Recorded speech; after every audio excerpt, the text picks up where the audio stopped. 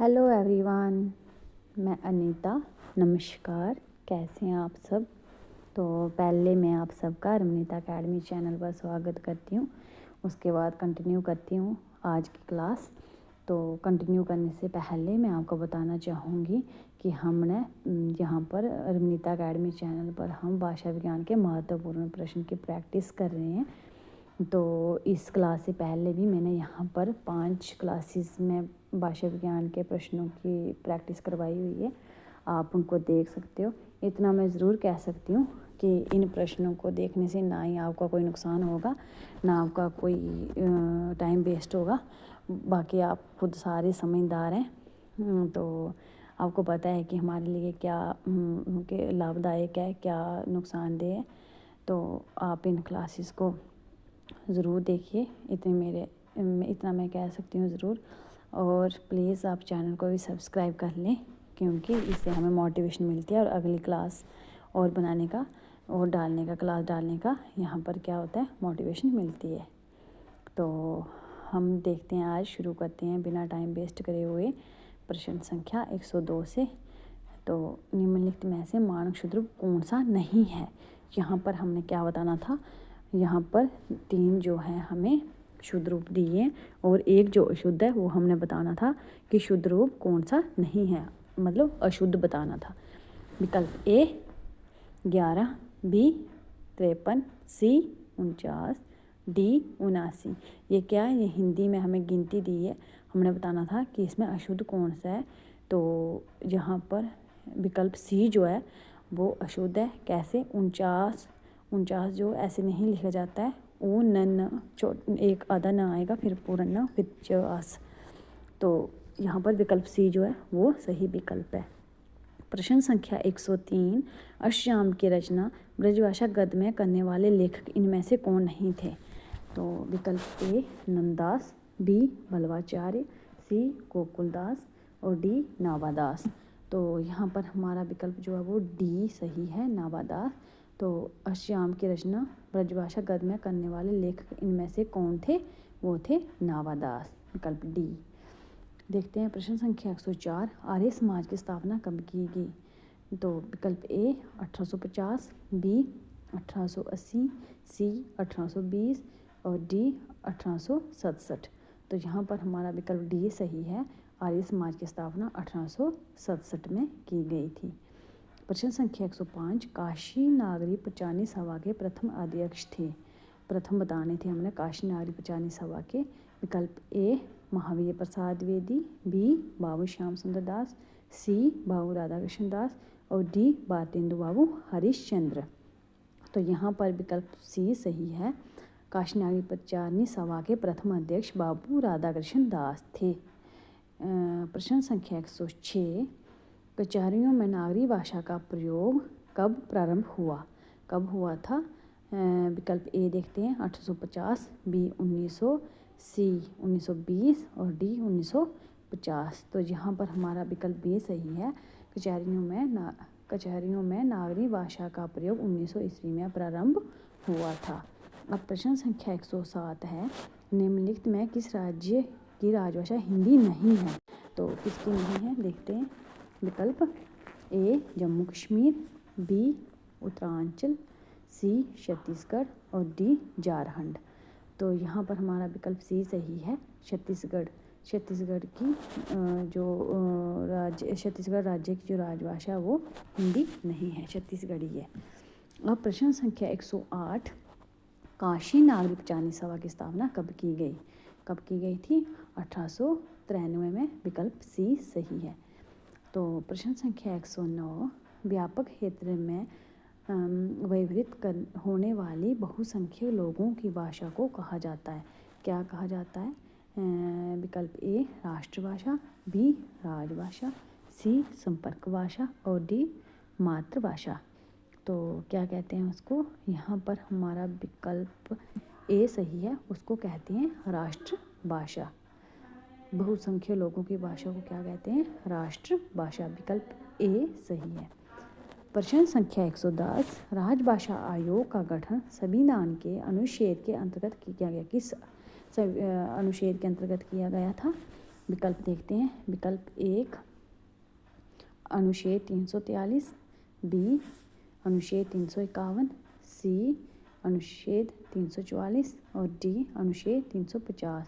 तो यहाँ पर हमारा विकल्प सी सही है कि आयोग का गठन कब हुआ था? राजभाषा आयोग का गठन हुआ था विकल्प सी अनुच्छेद 344 के अंतर्गत। अब देखते हैं प्रश्न संख्या 111। राजभाषा आयोग का गठन किसकी अध्यक्षता में किया गया? पहले क्या पूछा था? राजभाषा आयोग का गठन कब हुआ था, किस अनुच्छेद में हुआ था, और अब पूछा है किसकी अध्यक्षता में हुआ था। तो विकल्प ए देखते हैं, आचार्य नरेंद्र देव, बी बीजी खेर, सी मदन मोहन मालवीय, डी पीडी टंडन। तो यहाँ पर हमारा विकल्प बी सही है, बीजी खेर की अध्यक्षता में किया गया था राजभाषा आयोग का गठन। प्रश्न संख्या 112। बम्बई हिंदी विद्यापीठ की स्थापना की गई, कब की गई थी? विकल्प ए 1940, बी 1938, सी 1930 और डी 1950। यहाँ पर हमारा विकल्प बी सही है, 1938 को बम्बई हिंदी विद्यापीठ की स्थापना की गई थी। प्रश्न संख्या 113। निम्न बोलियों को क्षेत्र के अनुसार सम्मिलित करना था कि कौन सी बोली किस क्षेत्र में बोली जाती है। विकल्प ए बुंदेली, का यहाँ पर आगे लखनऊ दिया है, बी में अवधी, 2 में इटावा दिया है, सी ब्रज के आगे झांसी दिया है और डी कनौजी के आगे आगरा दिया है। तो नीचे यहाँ पर हमें कोड दिए है कि कौन सी बोली कहाँ किस क्षेत्र में बोली जाती है, किस नंबर पे है, वो हमने बताना था। तो बुंदेली कहाँ पर बोली जाती है? बुंदेली बोली जाती है 3 झांसी में। तो कहाँ पर? हमारा विकल्प ए में ही पहले ही 3 है, तो इसका मतलब हमारा जो कोड ए है वो ही सही है। अब आगे भी देखते हैं। अवधी कहाँ बोली जाती है? अवधी बोली जाती है लखनऊ में, तो वो कहाँ पर है? वो भी कोड ए 1 में ही आ रहा है। अब उसके बाद ब्रज कहाँ बोली जाती है? आगरा में, वो भी 1 में ही आ रहा है। और डी कनौजी कहाँ बोली जाती है? इटावा में बोली जाती है। तो हमारा यहाँ पर कोड ए सही है प्रश्न संख्या 113 का। प्रश्न संख्या 114। कुमायूं किस राज्य की बोली है? किसकी है? विकल्प ए उत्तराखंड की, बी झारखंड की, सी छत्तीसगढ़ और डी हिमाचल प्रदेश की। तो यहाँ पर हमारा विकल्प ए सही है, कुमायूं उत्तराखंड राज्य में बोली जाती है। प्रश्न संख्या 115। उन्नाव रायबरेली जिले किस बोली क्षेत्र से संबंधित है? तो किस बोली क्षेत्र से संबंधित है, मतलब उन्नाव और रायबरेली में कौन सी बोली बोली जाती है? तो विकल्प ए कनौजी, बी अवधी, सी खड़ी बोली और डी भी अवधी दी है। तो यहाँ पर हमारा विकल्प जो है वो बी सही है। उन्नाव रायबरेली जिले किस बोली क्षेत्र से संबंधित है? यहाँ पर अवधी बोली जाती है। डी में भी गलती से अवधी है, यहाँ पर कुछ और भाषा का नाम होना था। तो यहाँ पर इतना बता देती हूँ कि उन्नाव और रायबरेली में कौन सी भाषा बोली जाती है? अवधी बोली जाती है। प्रश्न संख्या 116। मेरठ सहारनपुर बिजनौर किस बोली के क्षेत्र से संबंधित है? तो यहाँ पर हम विकल्प देखते हैं। विकल्प ए ब्रजभाषा, बी कनौजी, सी खड़ी बोली, डी अवधी। तो ये कहाँ पर बोली जाती है? मेरठ और सहारनपुर बिजनौर में कौन सी बोली जाती है? खड़ी बोली बोली जाती है। सॉरी, खड़ी बोली नहीं बोली जाती है, यहाँ पर ब्रजभाषा बोली जाती है। यहाँ पर विकल्प ए हमारा सही है। अब देखते हैं प्रश्न संख्या 117। हिंदी शब्द सागर की भूमिका के रूप में किस ग्रंथ की रचना हुई थी? तो किस ग्रंथ की रचना हुई थी? ए हिंदी साहित्य का इतिहास, बी शब्द अनुशासन, सी अष्टयाम और डी इनमें से कोई नहीं। तो 117 का विकल्प ए सही है, हिंदी शब्द साहित्य की भूमिका के रूप में हिंदी साहित्य का इतिहास के ग्रंथ की रचना हुई थी। प्रश्न संख्या 118। जनसंचार का माध्यम नहीं है? तो विकल्प ए टीवी, बी रेडियो, सी इंटरनेट और डी टेलीफोन। तो यहाँ पर हमारा विकल्प डी सही है, टेलीफोन जनसंचार का माध्यम नहीं है। प्रश्न संख्या 119। निम्नलिखित कथनों में कौन सा कथन असत्य है? विकल्प ए 2 भाषाओं के बीच बोधगम्यता होती है, बी भाषा की 2 बोलियों के बीच बोधगम्यता होती है, सी एक भाषा के अंतर्गत कई बोलियां होती हैं। डी भाषा का प्रयोग साहित्य में होता है, बोली का नहीं। तो यहाँ पर हमारा विकल्प ए सही है।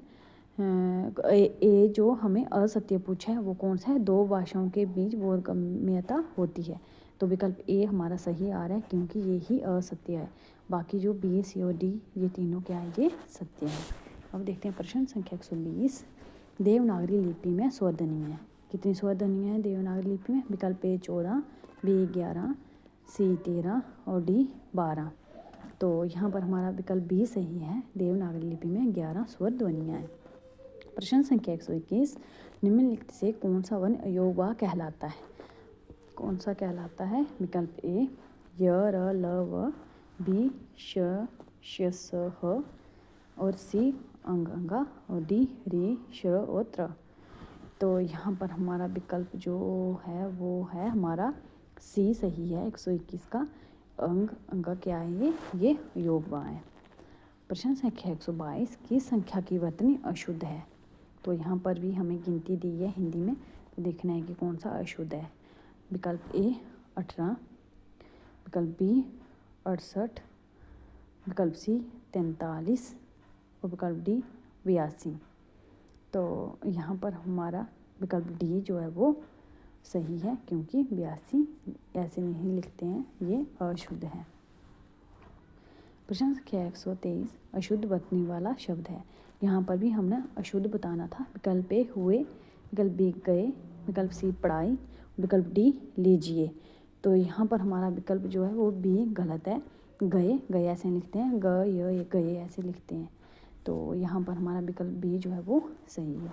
प्रश्न संख्या 124। निम्नलिखित में से कौन सा गुण राष्ट्रीय भाषा के लिए आवश्यक नहीं है? विकल्प ए बहुसंख्यक लोगों की भाषा, विकल्प बी सरकारी कामकाज की भाषा, विकल्प सी व्यापक क्षेत्र में व्यवहृत भाषा और विकल्प डी विस्तृत शब्द भंडार। तो ये हमें किसके बारे में बताना था? राष्ट्रभाषा के गुण बताने थे। तो कौन कौन सा राष्ट्रभाषा का गुण है और कौन नहीं है, एक देखना था वो कौन सा नहीं है। तो यहाँ पर हमारा विकल्प बी सही है। सरकारी कामकाज की भाषा, उसको सरकारी कामकाज की भाषा को राजभाषा बोलते हैं, राष्ट्रभाषा नहीं बोलते हैं। तो राष्ट्रभाषा क्या है? बहुसंख्यक लोगों की भाषा है, व्यापक क्षेत्र में बोली जाती है और विस्तृत शब्द भंडार है। प्रश्न संख्या 125।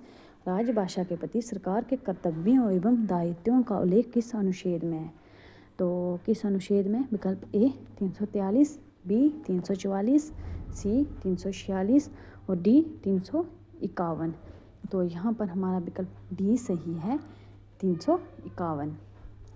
प्रश्न संख्या 126। राजा लक्ष्मण सिंह आगरा से किस पत्रिका को प्रकाशित करते थे?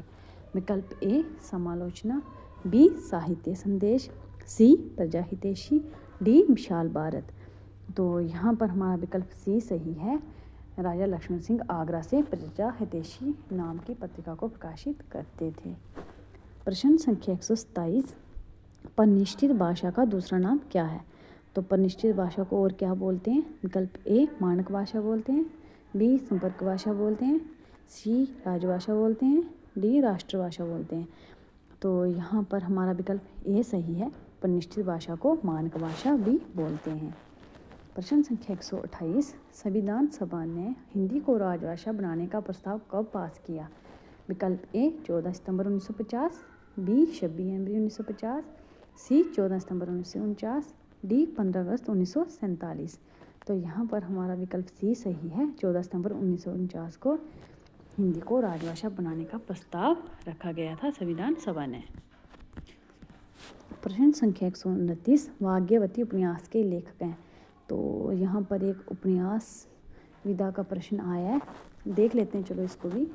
विकल्प ए सदल मिश्र, बी राम प्रसाद निरंजनी, सी श्रद्धाराम फ्लोरी और डी राजा लक्ष्मण सिंह। तो यहाँ पर हमारा विकल्प सी सही है। भाग्यवती उपन्यास के लेखक हैं श्रद्धाराम फ्लोरी। अब देखते हैं प्रश्न संख्या 130। कलकत्ता के फोर्ट विलियम काले से किसका संबंध नहीं था?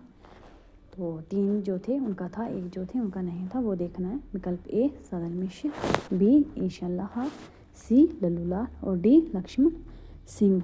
तो यहाँ हमारा विकल्प डी सही है, लक्ष्मण सिंह।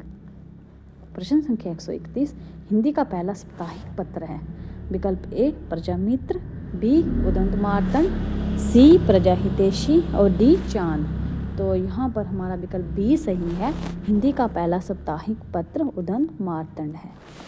प्रश्न संख्या 132 अंग्रेजी शासनकाल में हिंदी को स्कूलों में प्रवेश दिलाने का श्रेय किस हिंदी सेवी व्यक्ति को दिया जाता है?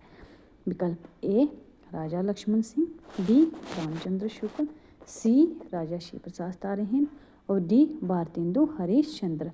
तो यहाँ पर हमारा विकल्प सी सही है। राजा श्री प्रसाद तारेहिन को स्कूलों में प्रवेश दिलाने का श्रेय दिया जाता है अंग्रेजी शासनकाल में। अब हमारे सामने प्रश्न संख्या है 133 निम्नलिखित से कौन सा व्यंजन मूल व्यंजन नहीं है? तो विकल्प ए श, बी थ, सी ड और डी ज। तो यहाँ पर हमारा विकल्प ए सही है। क्ष ये क्या है? संयुक्त व्यंजन है, मतलब दो व्यंजनों से मिलके बना है, इसके लिए ये हमारा मूल व्यंजन नहीं है।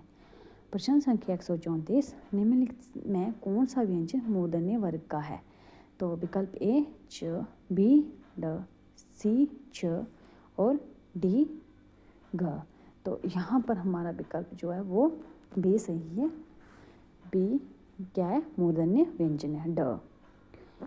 135 निम्नलिखित में से कौन सी विशेषता देवनागरी लिपि की नहीं है? विकल्प ए स्पष्टता, बी निश्चितता, सी ध्वन्यात्मकता और डी नियतता। तो यहाँ पर हमारा विकल्प सी सही है। कौन सी विशेषता देवनागरी लिपि की नहीं है? तो यहाँ पर हमारा विकल्प कौन सा सही? यहाँ पर ये गलत टिक लगाया है किसी ने, इस पे आप मत जाइएगा। आप यहाँ पर देखें विकल्प ए स्पष्टता भी है देवनागरी लिपि की विशेषता, निश्चितता भी है और यहाँ पर विकल्प डी जो है वो सही है। नियतता जो है वो देवनागरी लिपि की विशेषता नहीं है। प्रश्न संख्या 136 अमीर खुसरो किस काल के कवि हैं? विकल्प ए 11वीं शताब्दी, बी 12वीं शताब्दी, सी 13वीं शताब्दी और डी 15वीं शताब्दी। तो यहाँ पर हमारा विकल्प सी सही है। अमीर खुसरो 13वीं शताब्दी के कवि हैं। प्रश्न संख्या 137 रोहतक, हिसार, करनाल में बोली का क्षेत्र है? कौन सी बोली का क्षेत्र है? रोहतक और हिसार और करनाल में कौन सी बोली बोली जाती है, ये बताना था। विकल्प ए खड़ी बोली, बी बांगरू, सी बुंदेली, डी मारवाड़ी।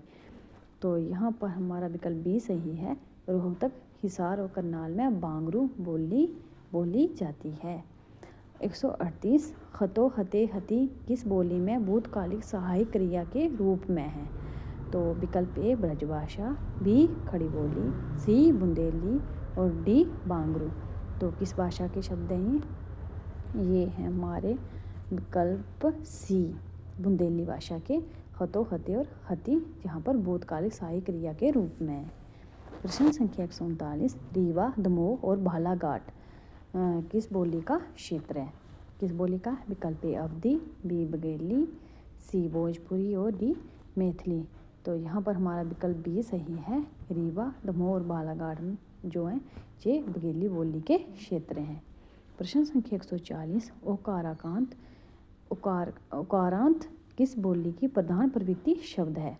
विकल्प ए खड़ी बोली, बी ब्रजभाषा, सी अवधी और डी कनौजी। यहाँ पर हमारा विकल्प बी सही है।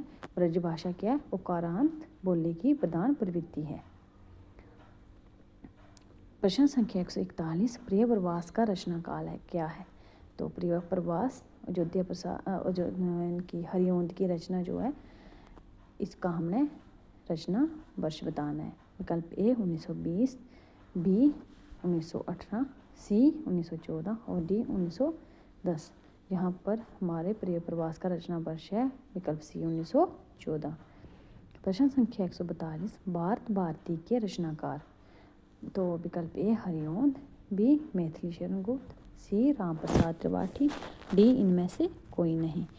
तो प्रश्न संख्या 142 का विकल्प जो है वो विकल्प बी सही है। मैथिली शरण गुप्त। प्रश्न संख्या 143 खड़ी बोली में लाक्षणिक पदावली का प्रयोग कब अधिक हुआ था? भारतेंदु काल में, द्विवेदी काल में, क्षयवादी काल में या प्रगतिवादी काल में सॉरी। तो यहाँ पर हमारा विकल्प सी सही है। क्षयवाद काल में खड़ी बोली में लाक्षणिक पदावली का प्रयोग ज़्यादा हुआ था। प्रश्न संख्या 144, इसमें से कौन सी वर्ण द्विगु व्यंजन कहा जाता है? कौन सा वर्ण जो है वो द्विगु व्यंजन है? विकल्प ए ड, ड़, सी ड़ और डी ह। तो यहाँ पर हमारा विकल्प बी सही है। कौन सी वर्ण द्विगु व्यंजन कहा जाता है? द्विगु व्यंजन, हाँ, तो यहाँ पर हमारा विकल्प जो है वो बी सही है। प्रश्न संख्या 145, पानी शब्द में वर्णों की संख्या है। तो पानी शब्द में कितने वर्णों की संख्या है? विकल्प ए 2, बी 3, सी 4, डी 5।